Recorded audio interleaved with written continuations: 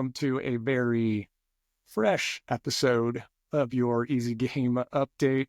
I'll be covering some of the details from the Genesis Invitational that just wrapped up out in San Diego, quick notes about the Live Tour, as well as its merger with the PGA that's starting to look good, and as well as some TGL changes. They're going to change the rule on the hammer, so this should be pretty interesting. Really exciting weekend of golf. Had a star-studded field. Saw the likes of Scotty Scheffler, Louis Oberg, Roy McIlroy, and just fantastic name, and Maverick McNeely up there chasing the top spot in the leaderboard. But Ludvig Oberg won his first event of the 2025 season, his second PGA championship of his career, finishing with a 12 under for the weekend, edging out Maverick McNeely. Just a fantastic name. By one stroke, had an absolute clutch putt on 18th at Torrey Pines, making his birdie and preventing what would have been a really epic playoff round as well. But the tournament overall was really, really exciting. If you recall, Ludvig fired off an opening 63 back in the Farmers Insurance last month, which was at Torrey Pines. More on that in a second. Although he ended up finishing 42nd back in January. So this win this afternoon puts him in the driver's seat of the FedEx Cup standings, albeit early in the season, but Ludvig is going lights out really early this year. His form looks awesome. He's really exciting to watch. This weekend had the first full field of the season. We saw Scotty and Rory paired up on Sunday, playing together, and Chef was just doing Chef things. If you watched earlier in the tournament on Friday, he only hit 5 out of 14 fairways. It was just smashing that ball all over the place. But then we watched him have just an amazing hole out on number 15 on Sunday, making birdie from a greenside bunker and setting himself up for what would have been at the time a share of the lead, as he had an eagle attempt on 18. Of course, Ludvig made birdie on that to finish 12 under and would have still beat Scotty by one stroke, but that extra pressure, if Scotty had made that eagle putt, would have been fun to watch how Louis respond to that. But the tournament wasn't without some excitement off the course as well. Historically, the Genesis is held at Riviera Country Club in Los Angeles, but the decision was made back in January to move the event from LA to San Diego due to the wildfires that had just ravaged Los Angeles. While Riviera Country Club wasn't harmed by the fires, didn't seem right for event organizers to continue the tournament in Los Angeles, especially trying to bring that mass influx of people into an area that needed to focus on its recovery from those wildfires. So the event decided to pack up back in January. January 16th, they made the decision to move it to San Diego.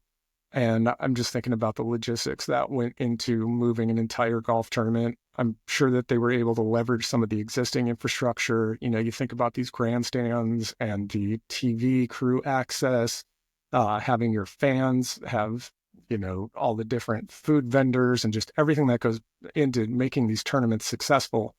Having to make that decision to move to San Diego had to be a tough one. And the crews that made this event happen just did an outstanding job. And also, unfortunately, in some news off the course, earlier this month, we heard about the passing of Tiger Woods' mother, Quiltita, who was just an absolute incredible influence on Tiger and his growth as a golfer, especially as a young boy, and then becoming the professional that we've all known and enjoyed for decades. In fact, his iconic Sunday red is actually attributed directly to his mother, because she believed that that was his power color and told him to play as much golf as possible while wearing the color red, hence why we see Sunday red. Tiger was originally expected to play in this year's tournament, and completely understandable. He made the decision to withdraw so that he could focus on, you know, his grief.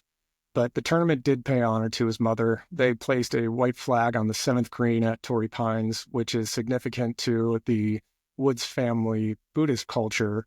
White serves as a color of mourning, especially for women in Buddhist culture. And it also signifies respect and reverence for the deceased. Extending the connection even further, hole number 7 at Torrey Pines was the site back in 2008 at the U.S. Open when Rocco and Tiger battled it out for 91 holes, with Tiger going on to defeat him in that extremely long playoff. That was the year that Tiger was playing through significant pain. He had the torn ACL. He had stress fractures in his leg that year. And so I'm sure that was extremely special to Tiger and his family as they were able to mourn and remember his mother passing away. The tour now moves down to Mexico for the 2025 Mexico Open, and it's going to have a little less star-studded field as there are actually no top 25 golfers from the overall world golf rankings playing down in Mexico. But the tour now moves into its Florida swing at the end of February, and they will get ready to play at the Arnold Palmer coming up in the next few weeks in March. The LIV Tour had its second event of their season down under in Adelaide, Australia, as Joaquin Niemann took home the individual championship, and the Fireballs GC, which is captained by Sergio Garcia, won the team championship. LIV and PGA made some headlines this week as the PGA Commissioner Jay Monahan and Player Director Adam Scott met with President Trump at the White House for conversations on how to speed up the unification agreement between the tours. These conversations originally began in June of 2023, but have been delayed lately.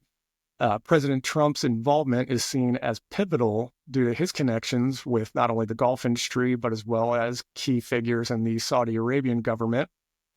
Going into this weekend's Genesis Invitational, Rory McIlroy made some comments that allude to a unified future for the two tours. He seems to be a little bit more keen to the players coming back together and being better for the game of golf, which it marks a pretty severe about-face from Rory, especially as back in the day when the LIV Tour split away from the PGA, he was one of the guys that was saying that players that move on to the LIV should never be allowed back into the PGA.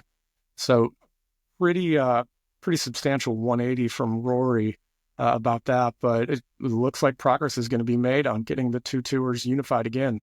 Hopefully providing some entertainment to the parts of the United States that are not able to enjoy their President's Day weekend due to the weather. The TGL has a triple header tomorrow on Monday. It's going to have 3 matches across Monday afternoon and then another one actually on Tuesday. So we've got 4 TGL matches this week. On Monday, we will see Atlanta against Los Angeles and then follow up against the Bay. And then the Bay will take on Boston Common to wrap up Monday afternoon and Monday evening's events. And then on Tuesday, Tiger is going to be back in Jupiter as the Lynx play against Boston Commons. TGL also announced new rules for the hammer. Teams are now going to start with 3 hammers each rather than the 1 that is just passed between the 2 teams, as we've seen for the last couple of weeks of TGL. These hammers can be thrown at any point during the match, and if one is thrown before the hole starts, the opposing team must accept the hammer. This hammer rule change is an effort to give trailing teams a chance to get back into the match before it gets out of control, which we have seen plenty of in the events that TGL has held in its inaugural season. TGL has also announced favorable ratings news, according to Yahoo Sports, with 3 of the previous 5 matches reaching a peak of 1.1 million viewers. TGL reports that 42% of its audience is in the coveted 18 to 40-year-old demographic and is trailing only the NBA in median viewer age. Sum up what that means, that if TGL is trying to reach out and gain a large viewership among its younger demographics, and especially against the ones that traditional golf reaches, TGL is succeeding. I hope that this is a good indicator of things to come, as well as with the hammer rule changes, we'll see a lot more excitement come out of these TGL events. So just want to say thanks to everyone that has followed the channel so far. Make sure to check out the second episode of our full-length podcast. It's on Spotify, Apple Music, as well as YouTube. We're getting ready for our first golf trip of the year. We share some details about the location of where we'll be headed to in March. It's one of my favorite golf destinations and trying to protect the identity. So if you're going to want to know where we're headed to in March, you're going to have to listen to that full-length episode. Thanks for listening. Remember to visit us at easygameradio.com, follow us on Instagram at easygameradio, and subscribe on Spotify, YouTube, and Apple Podcasts.